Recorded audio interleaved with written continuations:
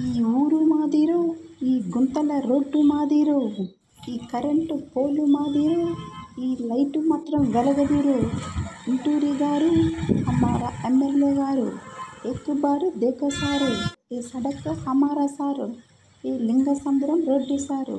ఇంటూరి గారు ఎక్ బార్ దేఖో సారు, అద్దం లాంటి రోడ్డు మాకొద్దు సారు. గుంతలు పూడ్చితే చాలు సారు, ఈ లైటు వెలిగితే చాలు సారు. ఇంటూరి సారు ఇంటికి చేరితే చాలు సారు. ఒట్టు వేశారు జనం సారు, మా బాధలు చూడండి సారు. ఈ రోడ్డు దుస్థితి ఎమ్మెల్యే గారి దృష్టికి తీసుకెళ్ళటమే నా ఉద్దేశము. దయచేసి ఈ రోడ్డును బాగు చేయించండి. ఈ ట్రాన్స్ఫార్మర్ దగ్గర ఇంత పెద్ద గుంట ఉంది, నడిచే వాళ్ళకి చాలా ఇబ్బందికరంగా ఉంది. 1 ఇయర్ నుండి ఈ లైట్ వెలగటం లేదు. అది ఊళ్ళోకి వెళ్ళే దారి మరియు లింగసముద్రం వెళ్ళే రూటు. వెహికల్స్ వాళ్ళు చాలా ఇబ్బంది పడుతున్నారు, వాకర్స్ చాలా ఇబ్బంది పడుతున్నారు. Please take action. Late night ఇంటికి వెళ్ళే వాళ్ళకి చాలా ఇబ్బందికరమైన పరిస్థితి. దయచేసి త్వరగా గుంటలు పూడ్చి ఆ లైట్ వేయించండి. పర్మనెంట్గా లైట్ వెలిగేటట్టు చూడండి ప్లీజ్.